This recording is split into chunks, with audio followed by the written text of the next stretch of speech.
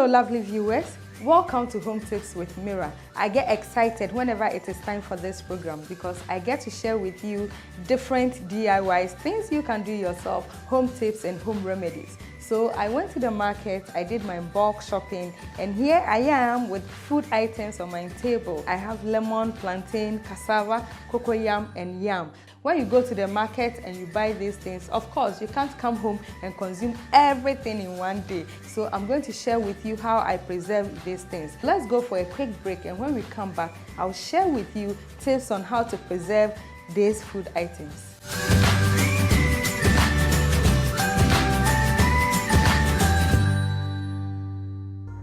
The first food item that we are looking at preserving is yam. Yeah, tuber of yam or tubers of yam. So when you go to the market and you get your yam, the first thing that you have to do is when you come home, just keep it in a cool and a dry place. So anywhere in your kitchen, just locate a cool and a dry place and keep your yam there.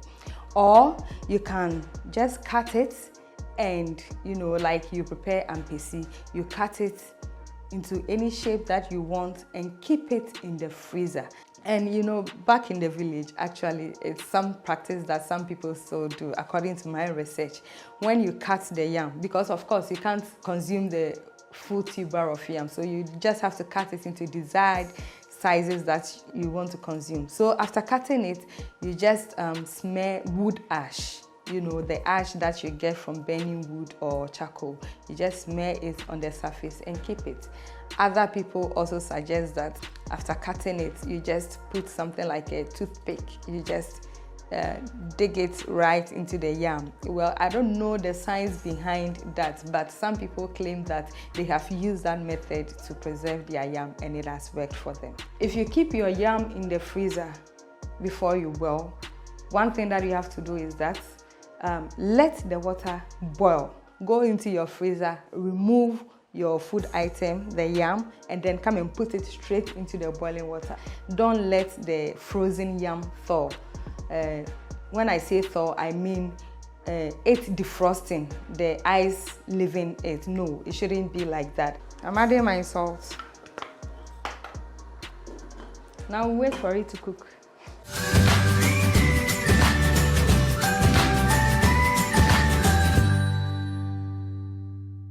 The next food item we are looking at preserving is cocoyam.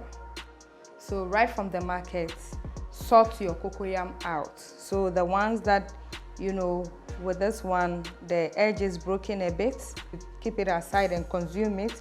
And then look at this one too, it has bruises on it, so you keep it aside. After sorting them out, make sure you get your black polythene bag and store your cocoyam inside. Okay, everything is in your bag. Tie the bag. And keep it like this in your kitchen, in your storeroom, in an airy place and a cool place. And your cocoyam can be there for as long as 3 months and even beyond. The cocoyam will not get rotten, it will not spoil. So this is a tip that I want to share with you. Make use of your black polythene bag.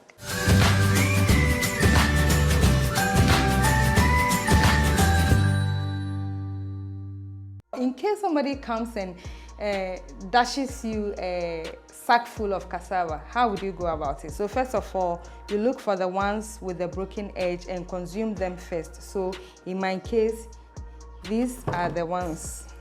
Okay, in fact, there are a lot. In fact, it's everything. Right from the market, some people will also say that let's keep it in a bucket of water. When you do that, it can't go beyond 1 week. And what happens is that at times, depending on how the water reacts with the cassava, the water will smell and it will not give the cassava the freshness. When you use it to pound your fufu, you can, have this unpleasant smell from it. So putting it in the water, in a bowl of water, it means you are going to use it like 2 or 3 days.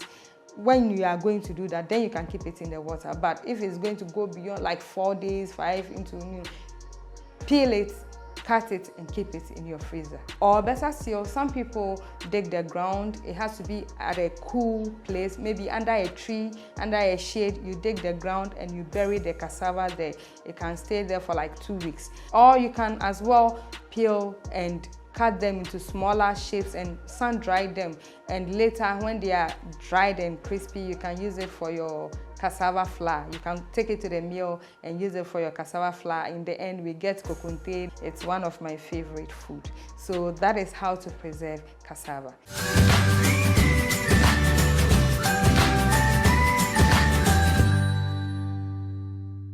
So I have lemons here. I bought them from the market. And how do I store them? In fact, if I keep them at room temperature, it will just ripen, and before I realize, everything will just go bad and I'll not be able to consume it within that time. So what I do is that I put them in a black polythene bag and then I keep it in the fridge. I say freezer, it is the refrigerator. Put it in a black poly bag and keep it in the fridge. Tie it so that anytime you want, you just reach out, take one and use. Of course, when it is in the fridge, the nutrients in the fruits, the vitamins and all that will not be as it is, you know, when you plucked it freshly from the tree or you got it from the market. But you are sure to get lemon that you can be using on a gradual basis. When it is like this, like I said, it can be in the fridge for well over 3 months.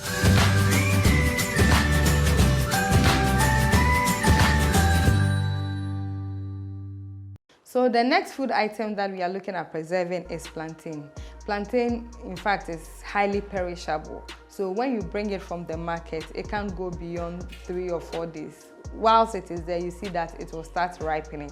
But let's say you go to the market on Monday and you have intentions of using it on Saturday for your fufu. So how can you go about preserving it? So what you do is that you just take your plantain as green as it is and then you immerse it in a bowl or a bucket of water, like I'm going to do. So when you keep it in a bowl of water, what it does is that it stops the ripening process. It can go well beyond like a week, but what you have to do is that be changing the water like every 3 days so that, you know, the water doesn't have unpleasant smell. And you can have your plantain and use it by Saturday and it will still be green for you. So I've drained all the water from the yam. So the yam is ready. Let's see what we got. Oh.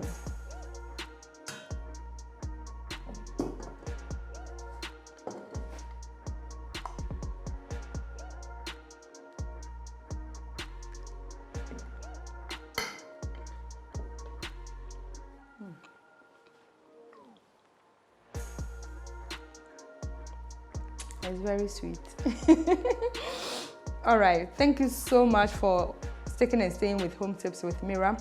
And I believe that you have learned about some preservation methods. I know you have other tips that you would want to share. So if you have something up your sleeves, don't hesitate to share with me. Reach us on the WhatsApp number. Share your tips with me. Thank you so much for sticking and staying. Don't forget to watch me on this same channel. And also don't forget to like, subscribe, and share. Stay positive. Bye-bye.